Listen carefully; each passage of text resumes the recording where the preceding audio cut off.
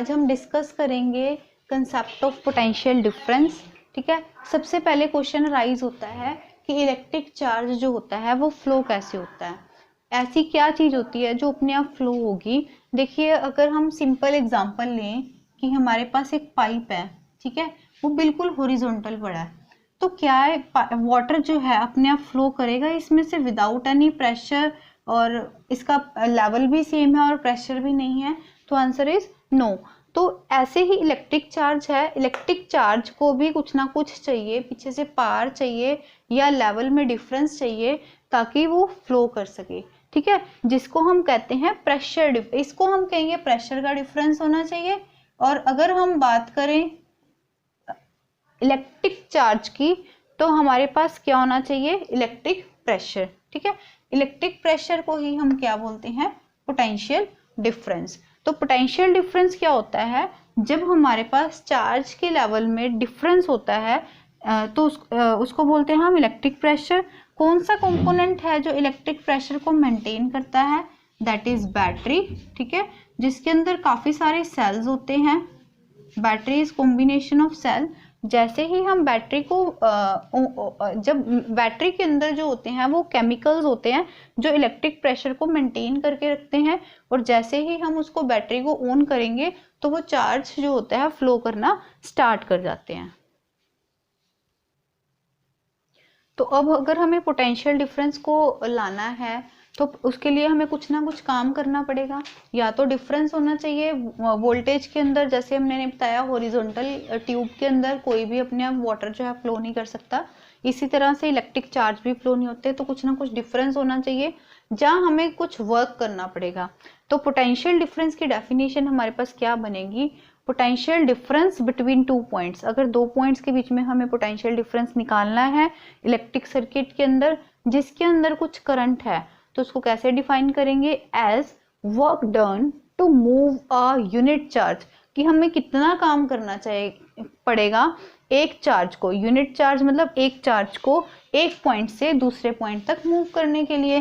ठीक है, ये तो होगी इसकी डेफिनेशन। अब इसको हम मैथमेटिकली देखिए कैसे एक्सप्रेस करेंगे, V is equal to W upon Q, work done, हम कितना काम कर रहे हैं एक यूनिट चार्ज को एक पॉइंट से दूसरे पॉइंट से मूव करने के लिए। तो हमारे पास फॉर्मूला बन गया V is equal to W upon Q. अब हमें 1 वोल्ट की डेफिनेशन देनी है। 1 वोल्ट, ये इसकी वैल्यू 1 कब होगी, जब W भी 1 होगा और Q भी 1 होगा। W क्या है, वर्क डन। ठीक है, वर्क डन किस में मेजर होता है, जूल में। तो इसकी डेफिनेशन क्या बनेगी, when 1 joule of work is done to move a charge of 1 coulomb, that is known as 1 volt, or you can write 1 volt is equal to 1 joule upon 1 coulomb. J is for joule, अगर ये coulomb upon में है तो हम इसकी क्या लिखेंगे, C power negative -1। अब क्वेश्चन अराइज होता है कि कौन सा इंस्ट्रूमेंट है जो हमारा वोल्टेज को, पोटेंशियल डिफरेंस को मेजर करता है, तो आंसर इज वोल्ट मीटर। ठीक है, इससे पहले हमने पढ़ा था कि करंट को कौन मेजर करता है, द आंसर वाज एमीमीटर। बट एमीमीटर जो था वो सीरीज में कनेक्ट होता है और वोल्ट मीटर कैसे कनेक्ट होता है, पैरेलल के अंदर। इसके बाद हमारे पास एक एग्जांपल है, how much work is done in moving a charge of 2 coulomb across 2 points having potential difference 12 volt। जो हमने अभी potential difference की definition की उसके बेसिस के ऊपर हमारे पास ये क्वेश्चन है।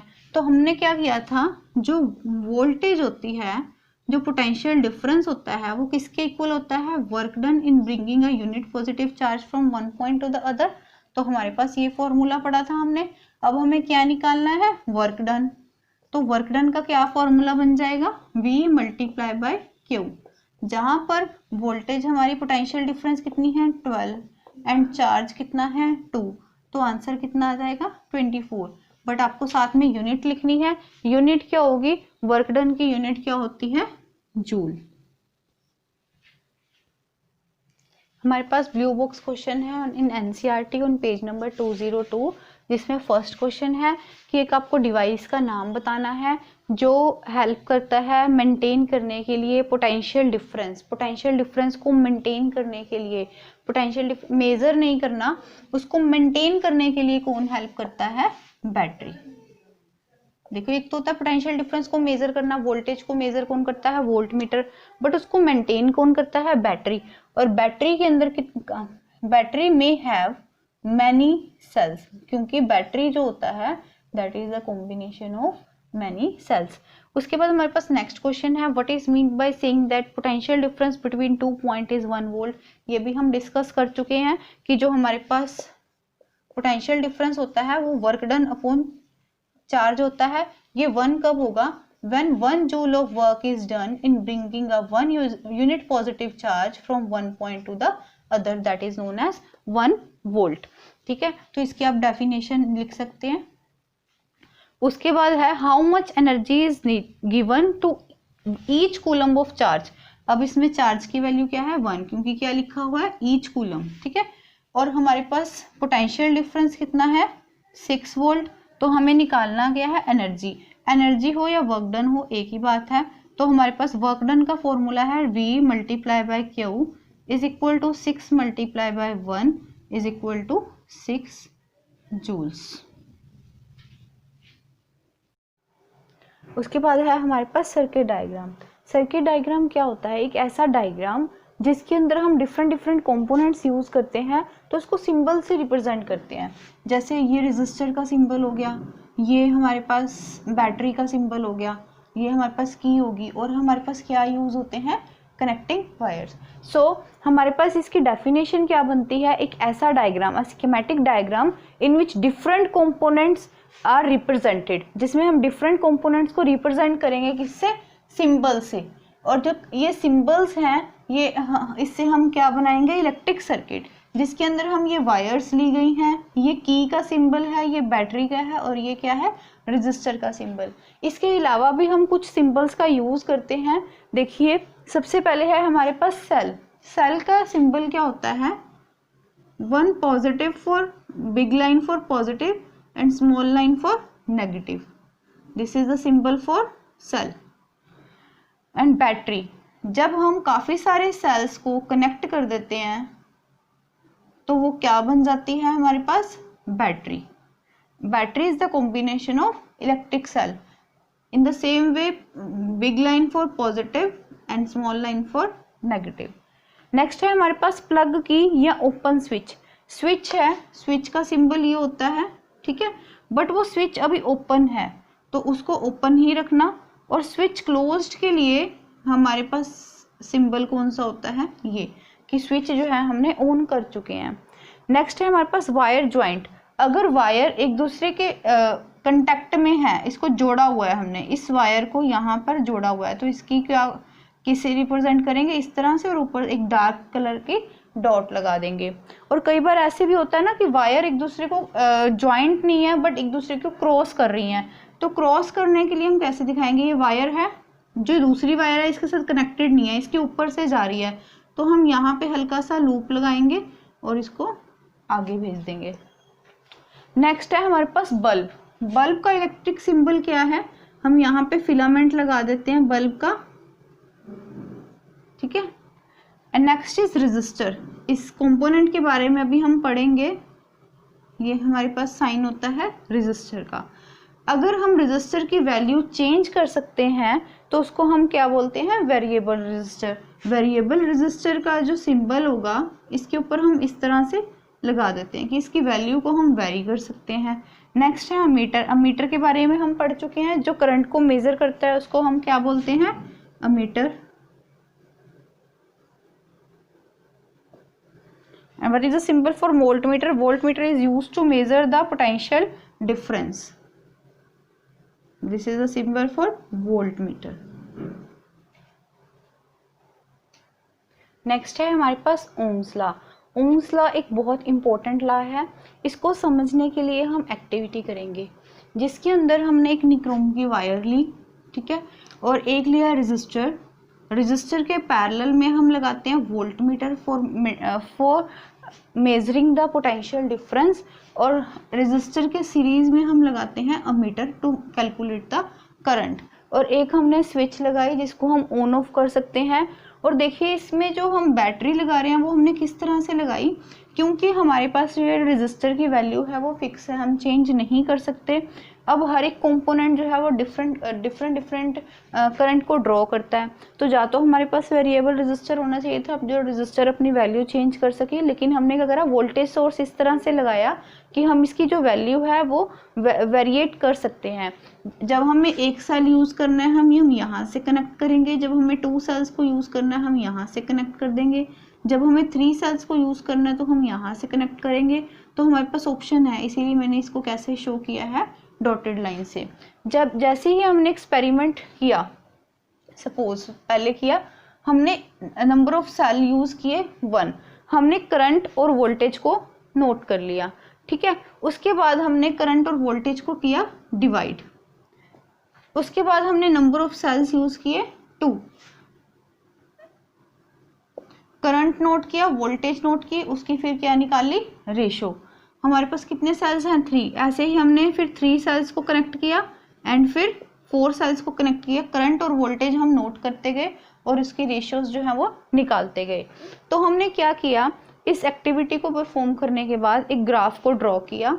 करंट एक्स एक्सिस पे लिया हमने करंट और वाई एक्सिस पे लिया हमने पोटेंशियल डिफरेंस। तो जब हम इसको प्लॉट करेंगे तो हमने क्या देखा, जैसे जैसे हम वोल्टेज की वैल्यू बढ़ाते गए, नंबर ऑफ सेल्स को इंक्रीज करते गए, तो करंट की वैल्यू इंक्रीज हुई। तो हमारे पास जो ये लाइन आई, स्ट्रेट लाइन आई, क्योंकि जैसे ही करंट बढ़ाया वोल्टेज बढ़ी, करंट और इंक्रीज किया वोल्टेज इंक्रीज होगी, वोल्टेज और इंक्रीज की, नंबर ऑफ सेल्स इंक्रीज किए, करंट इंक्रीज हो गया। तो ये जो पोटेंशियल डिफरेंस है वो डायरेक्टली प्रोपोर्शनल है करंट के, तो हमारे पास एक स्ट्रेट लाइन आई, ठीक है। लेकिन जब हमने V और I को डिवाइड किया, इस पॉइंट को इस पॉइंट से हम डिवाइड करते गए, तो हमारे पास जो वैल्यू आई हमेशा एक ही आई, कांस्टेंट, सपोज 2 आई, तो हमेशा क्या आई, 2। तो जो V अपॉन I था वो हमेशा क्या रहा, constant at certain temperature for a certain circuit, ठीक है। तो इससे हमें क्या पता लगा, इससे हमने ओम्स लॉ की डेफिनेशन को करा कि जो पोटेंशियल डिफरेंस होता है according to Ohm's law at a given temperature, जो हमारे पास पोटेंशियल डिफरेंस होगा वो डायरेक्टली प्रोपोर्शनल होगा किसके, करंट के, ठीक है। तो ये प्रोपोर्शनलिटी का साइन हटा के हमने क्या लगाया, एक constant that is equal to R। अब ये R हमारे पास क्या है, रेजिस्टर, ठीक है। अब हम बताएंगे कि रेजिस्टेंस क्या होता है। V is directly proportional to I, constant of proportionality का साइन हटा के हमने यहाँ पे लगाया constant that is equal to R and this is known as resistor. अगर हम यहाँ से R की वैल्यू कैलकुलेट करें तो क्या आया, V अपॉन I। अब जो हमारे पास रेजिस्टेंस है वो इन्वर्सली प्रोपोर्शनल है करंट के। रेजिस्टेंस कम होगा, इन्वर्सली प्रोपोर्शनल होता है, ये ऊपर है ये नीचे, अगर ये इसकी वैल्यू बढ़ेगी तो इसकी कम होगी, इसकी कम होगी तो इसकी ज़्यादा होगी, एक दूसरे के रिवर्स चलते हैं। रेजिस्टेंस की वैल्यू ज़्यादा होगी तो करंट की वैल्यू कम होगी, रेजिस्टेंस की वैल्यू कम होगी तो करंट की वैल्यू ज़्यादा होगी।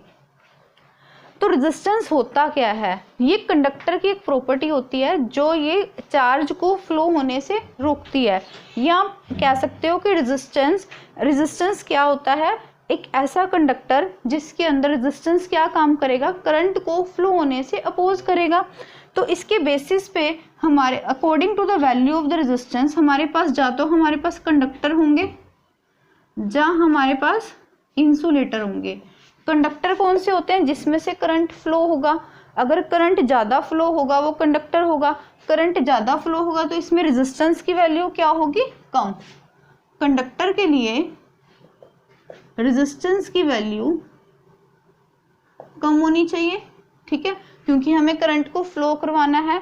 रेजिस्टेंस करंट को फ्लो होने से रोकता है, तो रेजिस्टेंस की वैल्यू कम होनी चाहिए ताकि करंट ज़्यादा से ज़्यादा फ्लो हो, उसको हम क्या बोलेंगे, कंडक्टर। और नेक्स्ट हमारे पास होता है इंसुलेटर। इंसुलेटर में करंट फ्लो नहीं हो पाता या बहुत कम फ्लो होता है। करंट कम फ्लो होगा तो रेजिस्टेंस क्या होना चाहिए, ज़्यादा, रेजिस्टेंस शुड बी हाई। उसके बाद है हम रेजिस्टेंस को किस, जैसे हम डिस्टेंस को मीटर में मेज़र करते हैं या सेंटीमीटर में मेज़र करते हैं, तो ऐसे ही रेजिस्टेंस की एक SI यूनिट होती है जिसको हम बोलते हैं ओम, और जिसका सिंबल है ये वाला। ठीक है। अब हमारे पास आती है डेफिनेशन ऑफ 1 ओम। जब हमने रेजिस्टेंस का फॉर्मूला डिराइव करा कि V/I जो होता है वो R के इक्वल होता है, अगर हमें 1 ओम निकालना है, 1 ओम की डेफिनेशन लिखनी है, तो पोटेंशियल डिफरेंस भी 1 वोल्ट होना चाहिए और करंट भी क्या होना चाहिए, 1 एम्पियर। ठीक है, तो 1 ओम की डेफिनेशन हमारे पास क्या बनती है, if potential difference across two ends of conductor is 1 volt. अगर हमारे पास पोटेंशियल डिफरेंस कंडक्टर के अक्रॉस 1 ओम है और करंट थ्रू इट, करंट कितना है, 1 ampere, that is known as 1 ओम।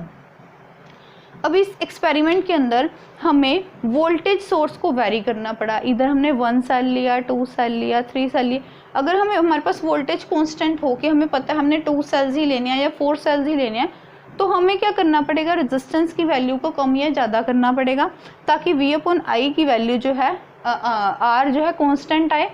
ठीक है, तो अगर हम इसकी जगह रेजिस्टेंस को चेंज करते और वोल्टेज सोर्स को हम क्या रखते, फिक्स। सपोज हम यहाँ से कनेक्ट कर देते, अगर हमें रेजिस्टेंस की वैल्यू चेंज करनी होती तो हम क्या यूज करते, रियोस्टैट।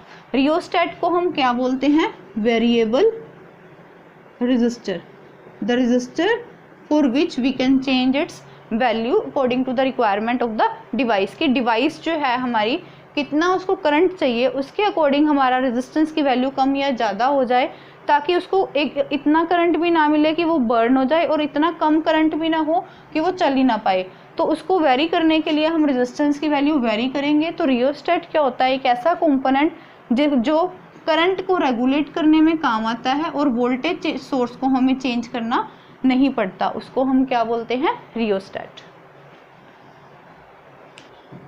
हमने करा ओम्स लॉ, जिसमें हमारे पास एक आया रिलेशन कि V/I is equal to R होता है। अब क्वेश्चन होता है, जैसे ही हम करंट की वैल्यू डबल करते हैं तो रेजिस्टेंस की वैल्यू क्या हो जाएगी, हाफ। रेजिस्टेंस की वैल्यू अगर हम डबल करते हैं तो करंट की वैल्यू क्या हो जाएगी, रेजिस्टेंस की वैल्यू डबल करेंगे तो करंट की वैल्यू क्या हो जाएगी, हाफ, क्योंकि R जो है वो इनवर्सली प्रोपोर्शनल है किसके, करंट के। नेक्स्ट है हमारे पास factors on which resistance of a conductor depend.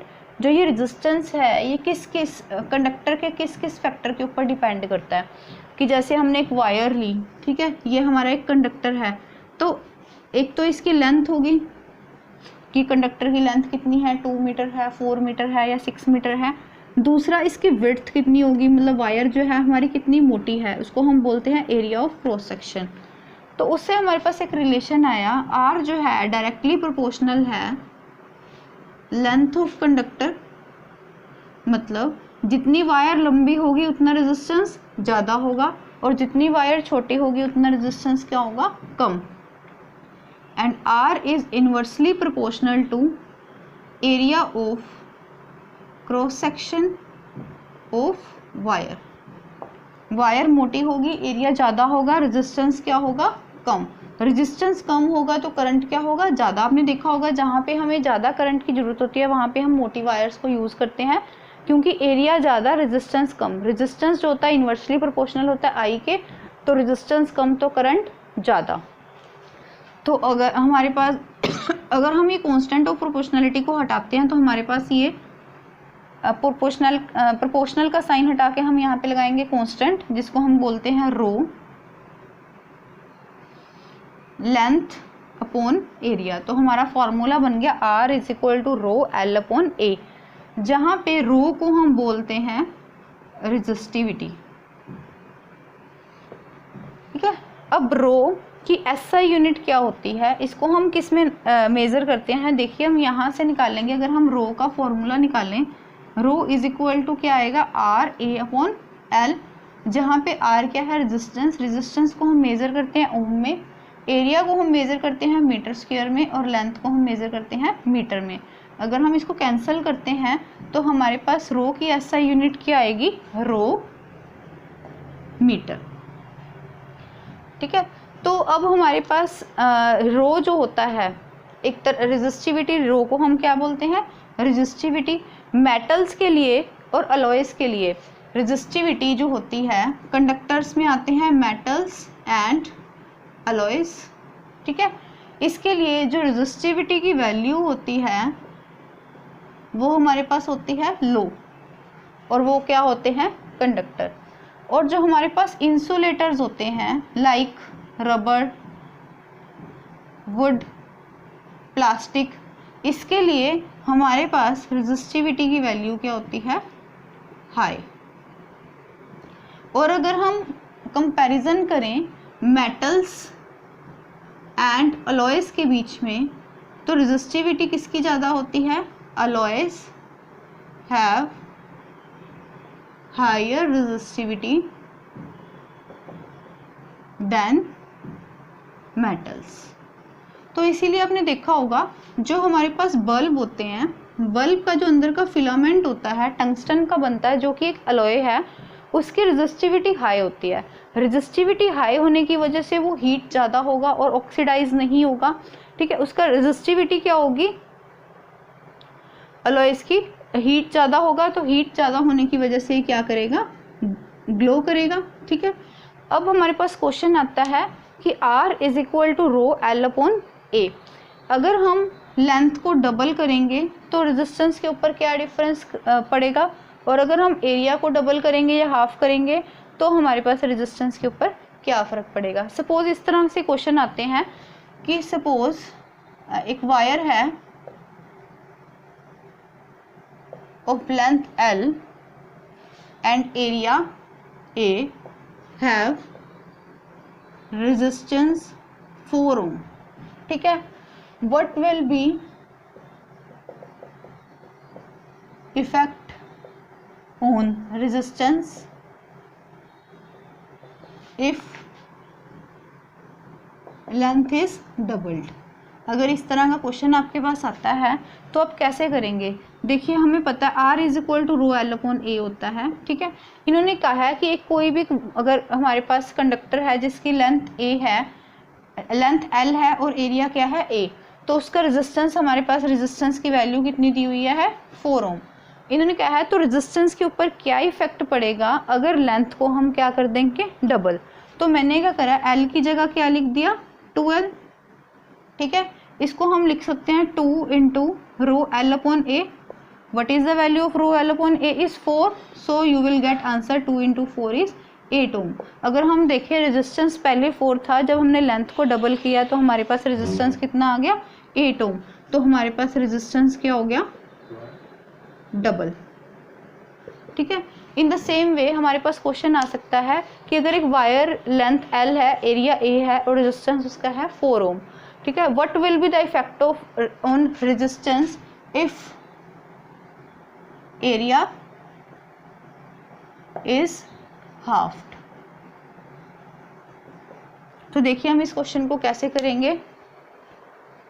अगर हमारे पास वायर की लेंथ L है, एरिया A है और रेजिस्टेंस है 4 ओम, तो हम फॉर्मूला अगर लिखते हैं R is equal to rho L upon A, तो इसकी वैल्यू कितनी है हमारे पास 4। अब क्वेश्चन है कि रेजिस्टेंस के ऊपर क्या फर्क पड़ेगा अगर एरिया हाफ करेंगे। तो अगर हम एरिया हाफ करते हैं तो हमारे पास क्या आ जाएगा, ये 2 न्यूमिनेटर में चला जाएगा। What is the value of row L upon A, that is 4। तो हमारे पास आंसर क्या आ जाएगा, 8 ओम।